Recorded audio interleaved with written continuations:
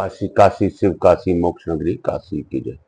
हर हर महादेव। श्री शिवाय नमस्तुभ्यम, श्री शिवाय नमस्तुभ्यम, श्री शिवाय नमस्तुभ्यम, श्री शिवाय नमस्तुभ्यम, श्री शिवाय नमस्तुभ्यम, श्री शिवाय नमस्तुभ्यम, श्री शिवाय नमस्तुभ्यम, श्री शिवाय नमस्तुभ्यम, श्री शिवाय नमस्तुभ्यम।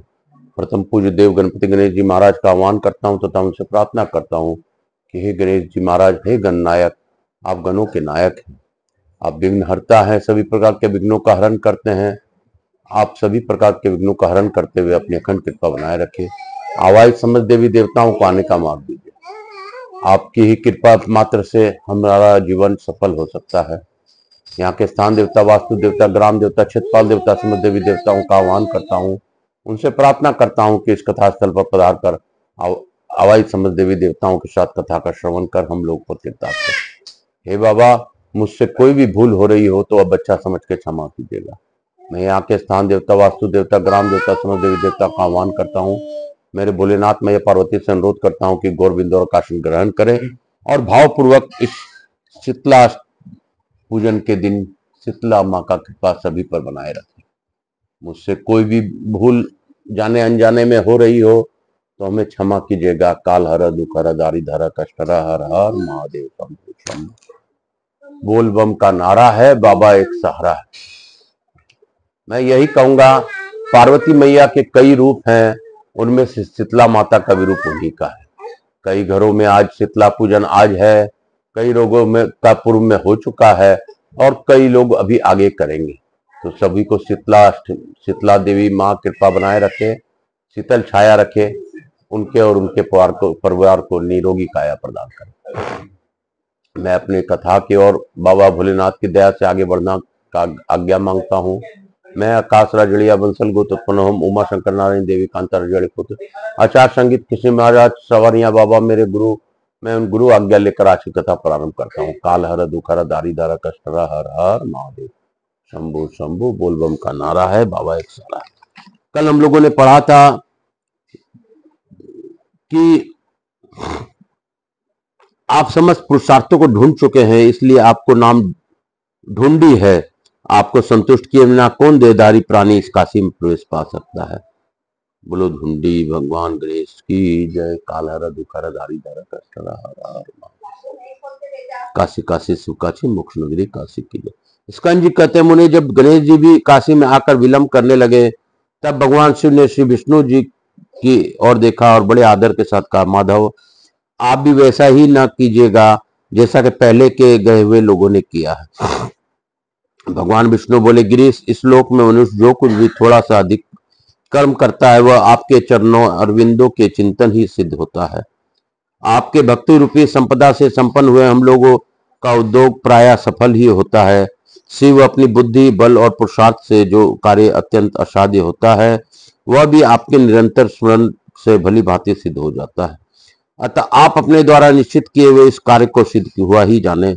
यूं कहकर भगवान विष्णु ने शिव जी की परिक्रमा की और बार बार उन्हें प्रणाम करके लक्ष्मी जी के साथ मंदराचल से प्रस्थान किया।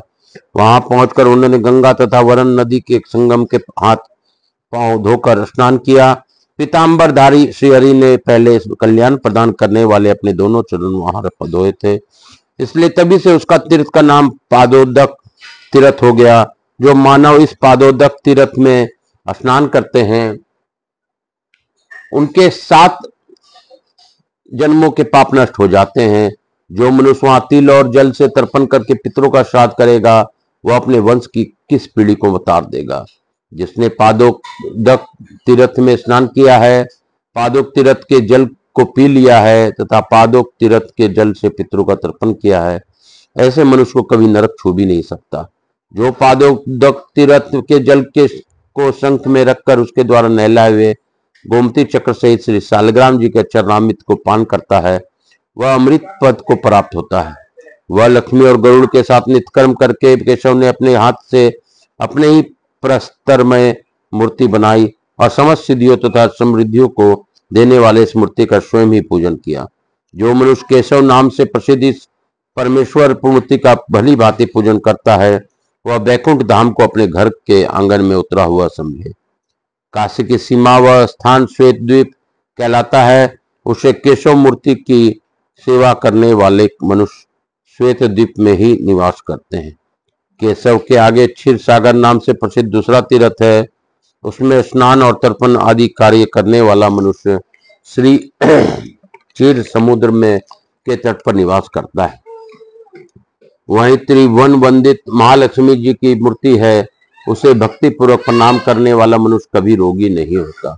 भगवान केशव उस मूर्ति में अपने को व्यापक स्वरूप को समाविष्ट करके पुनः भगवान शंकर का कार्य सिद्ध करने के लिए अशांत से बाहर निकले और काशी से कुछ उत्तर जाकर उन चक्रधारी विष्णु ने अपने रहने के लिए एक स्थान निश्चित किया, जो धर्म क्षेत्र धर्म चक्र स्थान सारनाथ के नाम से प्रसिद्ध है। तदंतर भगवान लक्ष्मीपति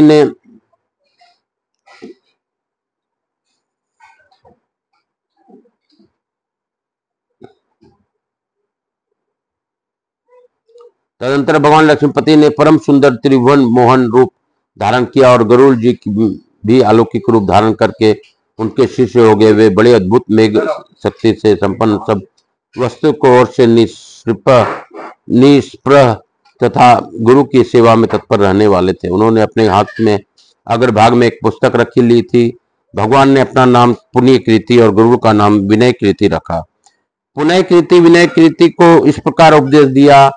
पुण्य कृति बोले, महामते विनय कृति, तुमने जो सनातन धर्म के विषय में प्रश्न किया है वह सब पूर्ण रूप से बतलाता हूँ, तुम ध्यान देकर सुनो। इलोक और परलोक में कल्याण की प्राप्ति के लिए नाना प्रकार के शास्त्रों का विचार करके महर्षियों ने 4 प्रकार के दानों का उपदेश दिया है। भयभीत पुरुषों को अभय दान, रोगियों को सद्दान, विद्यार्थी को विद्यादान तथा भूख के व्याकुल मनुष्यों को अन्न दान देना चाहिए। वासना सहित क्लेश का उच्छेद हो जाने पर विज्ञान की उपरीति अविद्या की निवृत्ति ही मोक्ष है। यह तत्व का विचार करने वाले पुरुषों को जानना चाहिए। वेदवादियों के द्वारा यह प्रमाणित श्रुति पढ़ी जाती है कि मां हिंसा सर्वभूतानि, किसी भी प्राणी की हिंसा नहीं करनी चाहिए। इस प्रकार पुण्य कृति के धर्मापदेश करने पर क्रमशः पूर्ववासी एक दूसरे से सुनकर वहां भगवान के निकट आने लगे। उपदेश का क्रम चालू था। जब तक यह शरीर स्वस्थ है तब तक इंद्रियों में शिथिलता नहीं आती, और जब तक बुढ़ापा दूर है तब तक ही परम आनंद मोक्ष के लिए साधन कर लेना चाहिए। अस्वस्थता इंद्रियों की विकलता और वृद्धावस्था में कैसे सुख हो सकता है। अतः परम सुख की इच्छा रखने वालों पुरुषों को याचकों के लिए अपना शरीर भी दे डालना चाहिए। शरीर सिद्ध जाने वाला है, सभी संग्रह नष्ट हो जाने वाला है, ऐसा समझकर विज्ञ पुरुष इस शरीर के रहते हुए नित्य सुख के लिए साधन करे। अंत में यह शरीर कुत्तों और कौवों का भोजन बन जाता है। वेद में यह सत्य कहा गया है कि शरीर अंत में भस्म हो जाने वाला है। मुने इधर विघ्नराज गणेश ने दूर रहकर भी शत्रु विजय राजा देवोदास की चित्त को राज की ओर से विरक्त कर दिया। वे 18 दिनों की अवधि को गिनने लगे और मन ही मन सोचने लगे कि ब्राह्मण देवता कब आएंगे जो मुझे उपदेश देंगे। इस प्रकार 18वां दिन प्राप्त होने पर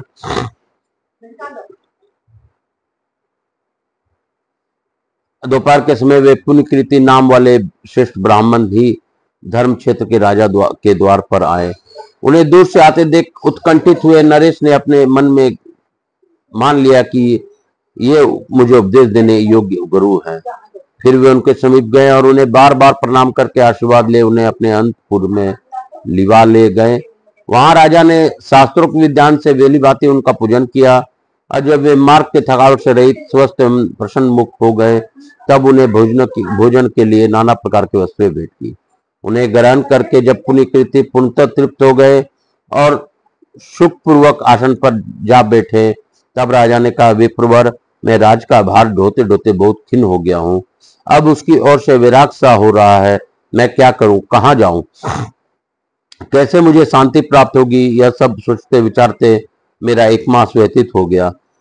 मैंने अपने सगे पुत्रों की भांति प्रजाजनों के भली भांति पालन किया है और प्रतिदिन नाना प्रकार के धन देकर ब्राह्मणों को तृप्त किया है। राज शासन करते समय मेरे द्वारा एक भी अपराध हुआ है, वह यह कि मैंने अपने तपोबल के अभिमान से संपूर्ण देवताओं को तिनके के समान समझा है। यद्यपि प्रजा के उपकार के लिए ही ऐसा किया है, स्वार्थ सिद्धि के लिए नहीं। यह मैं आपसे शपथ खाकर कहता हूं कि मेरे शासन काल में कोई भी पाप वृत्ति का सेवन नहीं करता। सभी लोग धर्मपरायण और सुखी हैं। सब में उत्तम विद्या का व्यसन है और सब लोग सन्मार्ग पर चलने वाले। तथापि मुझे संसार का सभी भोग ऐसे प्रतीत होते हैं जैसे एक बार के चबाए हुए अन्न को फिर से चबाना। यह राज भी क्या है, पिसे हुए को पिसना। इसे लेकर क्या करना है विप्रवर? आप ज्ञानी पुरुष हैं, मुझे कोई ऐसा उपदेश दीजिए जिससे पुनः गर्भवास का कष्ट न भोगना पड़े। आप जो कुछ कहेंगे निसंदेह मैं वही करूंगा। इस समय आपके दर्शन से मेरी सब इंद्रियां विषय और निर्वृत्त हो गई है। उपरति का यह उत्तम सुख मुझे प्राप्त हुआ है। उस समय मुझे कोई ऐसा उपाय बताइए जो कर्म बंधन का नाश करने में समर्थ हो। स्कंद जी कहते हैं, राजा का ऐसा कथन सुनकर ब्राह्मण वेशधारी श्री विष्णु बोले, महाप्राज्ञ ब्राज शिरोमणि, मुझे जो कुछ उपदेश करना है वह सब तो तुम ही ने कह दिया। तुम तो पहले से ही कृतार्थ हो, मुझसे उपदेश लेकर मुझे सम्मान दे रहे हो। तुमने अपने उत्तम तपस्या के निर्मल जल से संपूर्ण इंद्रियों को मलिनता को भी धो डाला है। भोपाल जो कुछ कहा है यह सब सत्य है। तुम्हारे समान राजा इस पृथ्वी पर न हुआ है और न होगा। तुम में से जो मुमुक्षु मुक्ति की इच्छा जागृत हुई है,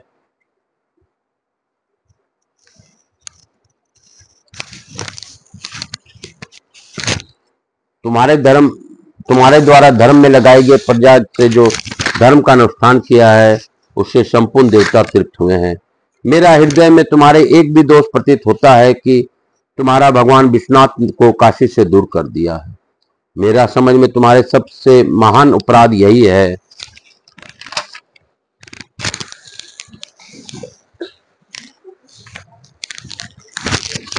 मेरे समझ से सबसे महान अपराध यही है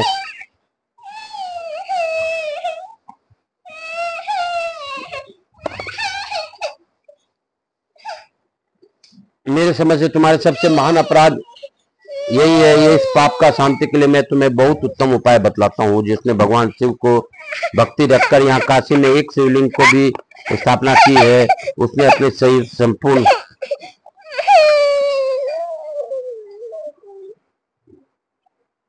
जगत की प्रतिष्ठा का पुण्य प्राप्त कर लिया है। इसलिए तुम सर्वथा प्रयत्न पूर्वक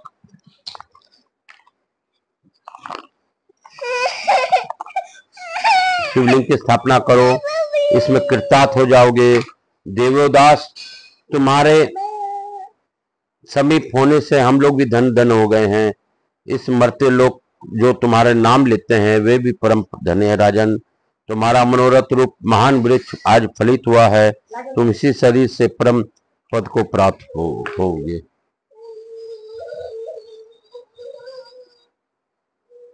भगवान शिव को लिंगमय विग्रह की स्थापना कर लेने पर आज से 7वें दिन एक दिव्य विमान तुम्हें शिव धाम ले जाने के लिए आएगा।